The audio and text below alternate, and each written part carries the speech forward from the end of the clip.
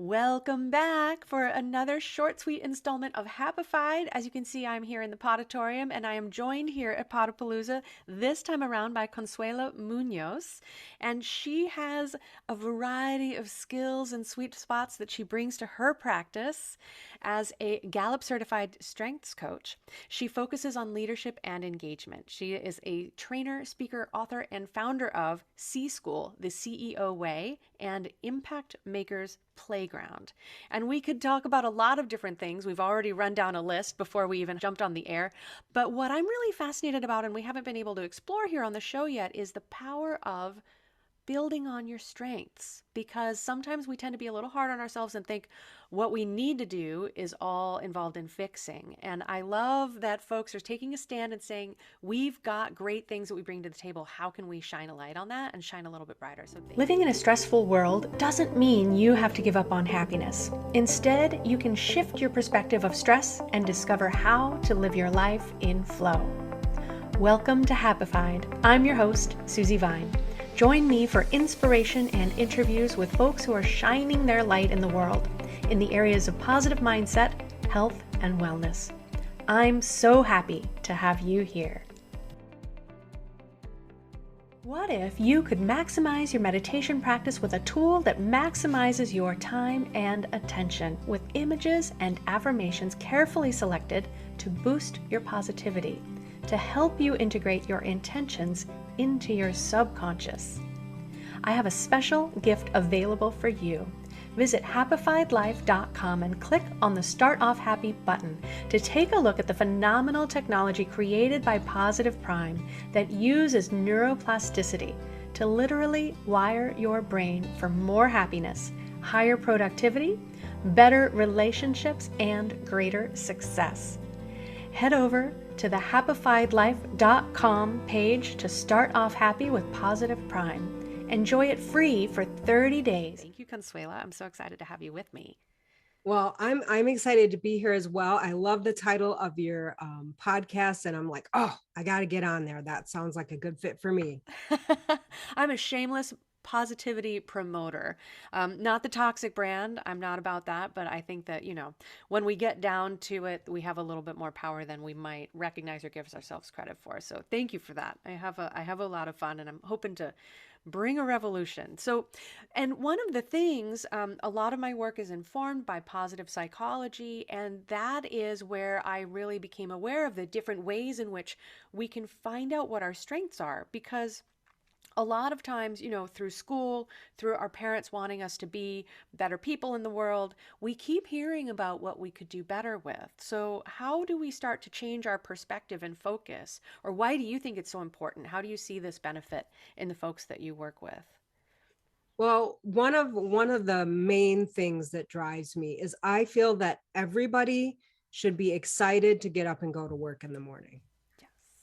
Now, not everybody's going to reach excitement every day, right? We know that. We know that. But if you're sitting there on Sunday and your stomach is already upset that you have to go to work tomorrow on Monday, then something has to change. It doesn't mean your job needs to change, but something about your job needs to change. And so I'm really an advocate for figuring out what you do best and how to do more of it so you can be 100% engaged in the work you do and ready and excited each day.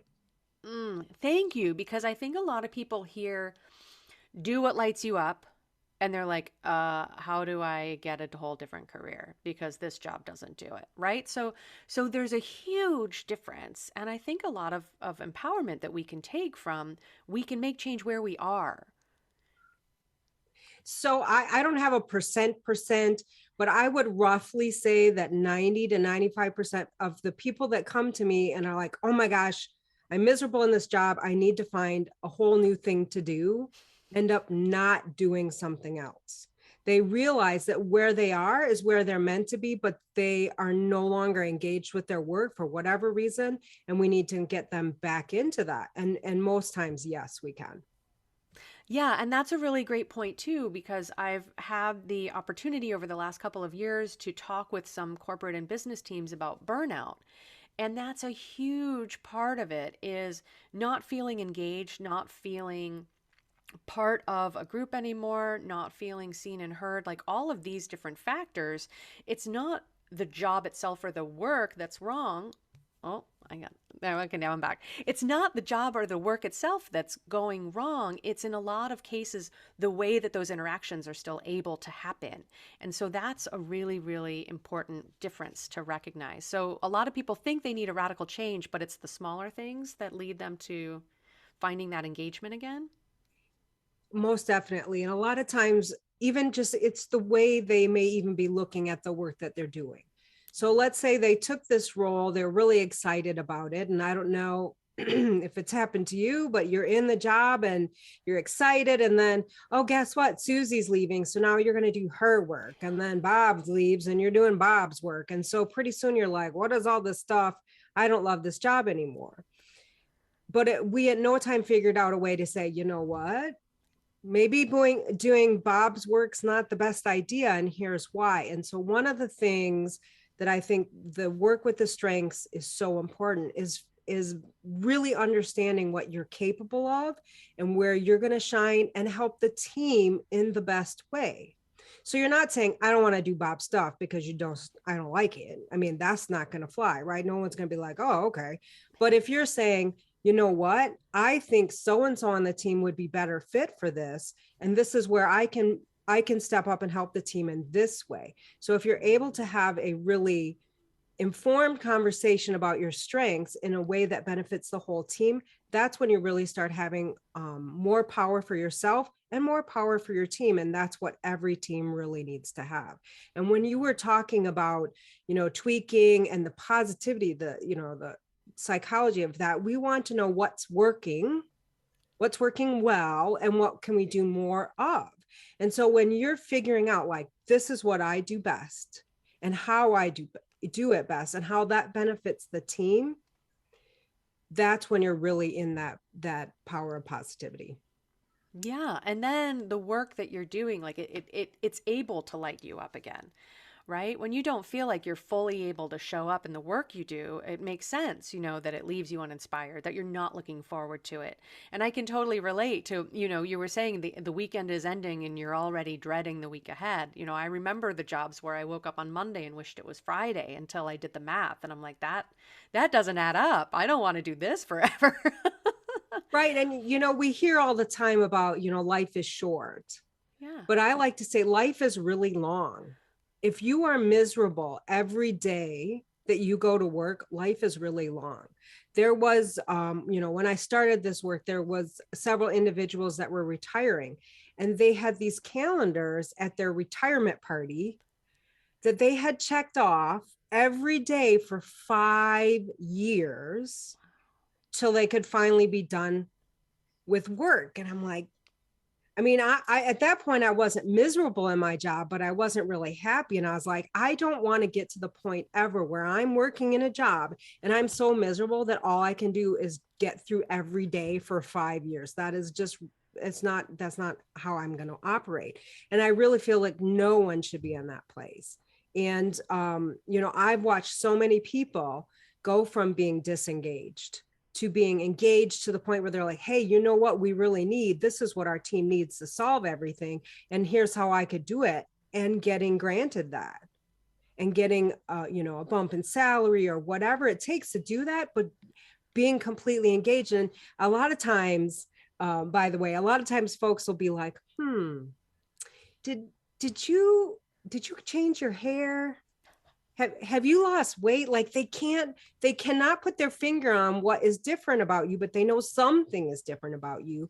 And it's just that you are so much more engaged. You almost seem to glow from within, and people want to be around and work with people that are more engaged. It's just how it works. Right? Let that be your secret sauce. Mm-hmm. No, haven't changed much, just actually enjoying my job again. What a concept. Oh my gosh. And don't even get me started about enjoying. I was in a conversation with someone and they were talking about what was a job that you liked versus a job you didn't like. And she started by saying, well, I had this one job. We had so much fun. It probably almost wasn't right that we were having this much fun. And I was like, stop.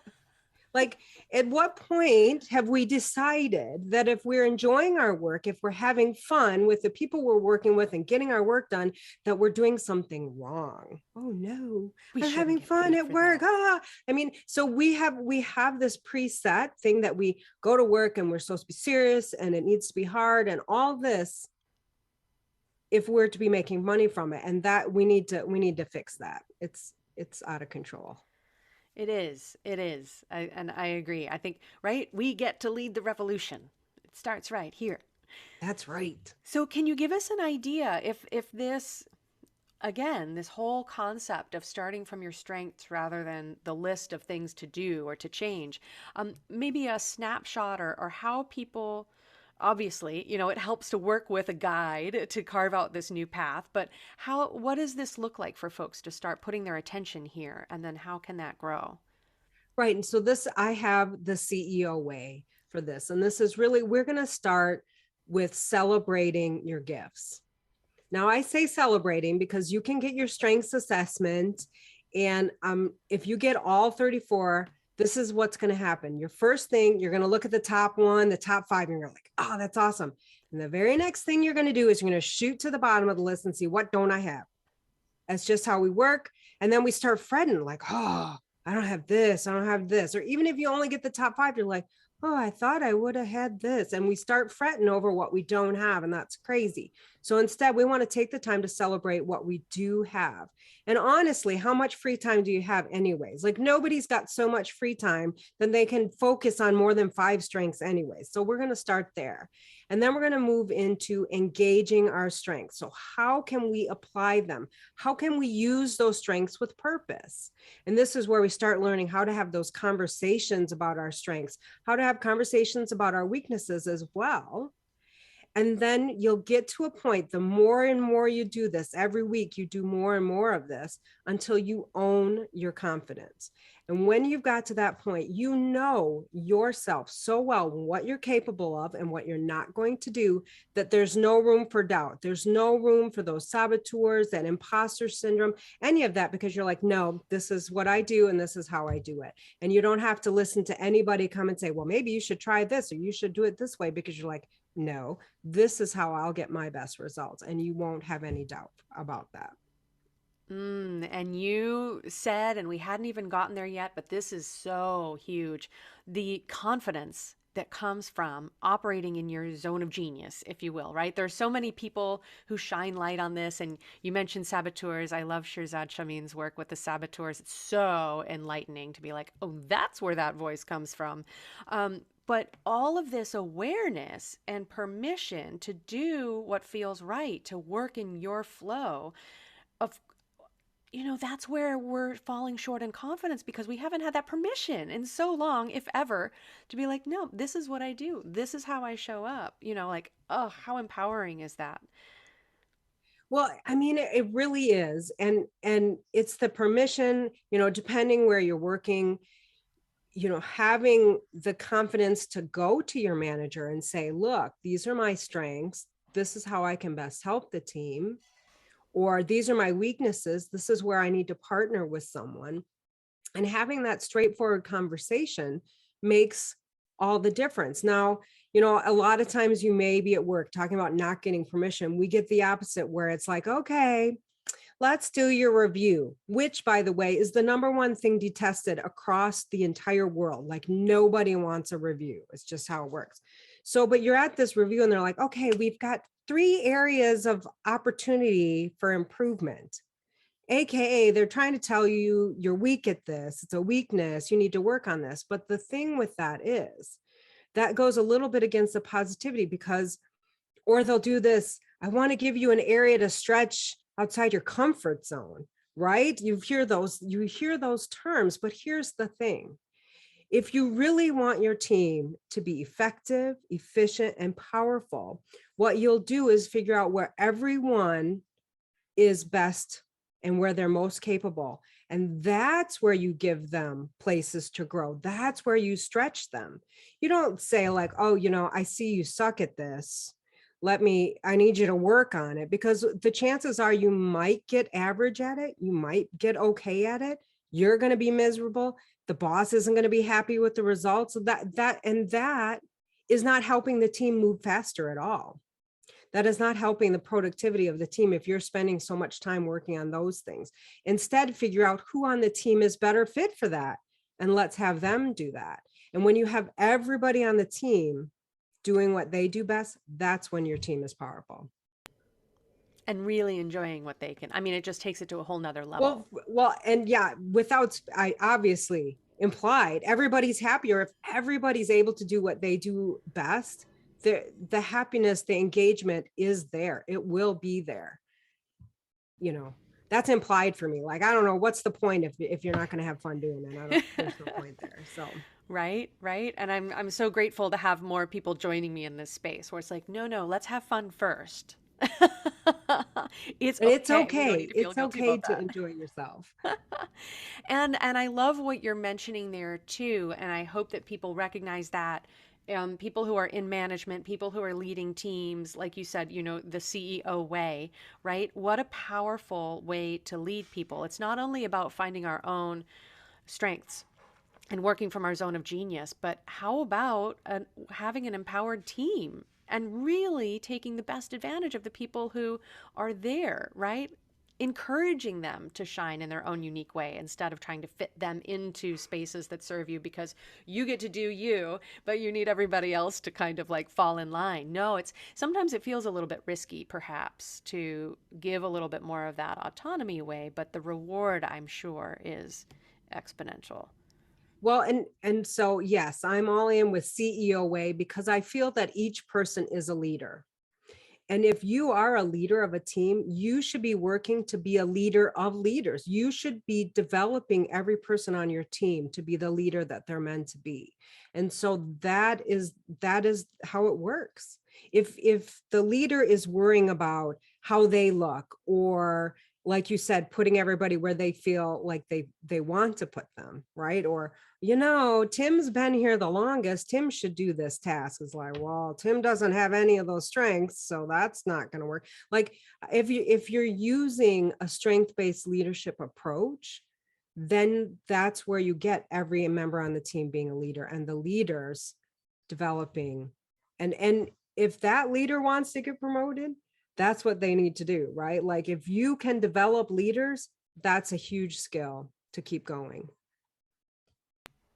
Yeah, love that. Super helpful, and I hope that's something that people can take away with this to share wherever they are in their own business. You know, working for others. You know, whether you're in corporate life or not. So please tell folks how they can connect with you. We will have links in the show notes, of course, but just in case they're listening, how can they get connected and learn more about you or work with you if they'd like? Well, so one of the things I like to do when I'm talking so much about confidence is I want to give everybody a recipe for being more confident. So if you go to www.confidencerecipe.com, you can download the guide on how to create more confidence for yourself, for that big meeting, for that big interview, for whatever it is that you want to have more confidence that day for. Awesome. I love it. So we'll have that link in the show notes and folks can stay connected with Consuela and what she's creating and sharing. I'm so grateful for what you do and bring to the world. I think that this is just the empowerment that people deserve to have to grow from. So thank you. I'm so grateful that we were connected today. Awesome. Thank you. Thanks for joining us today. To learn more about living life with less stress and more flow, visit happifiedlife.com. Subscribe on your favorite player to catch the next episode as soon as it's out. Sharing really is caring, so please rate and review the show while you're there. And if you know someone else who would love it, please pass it along. Until next time, my friends, keep on shining.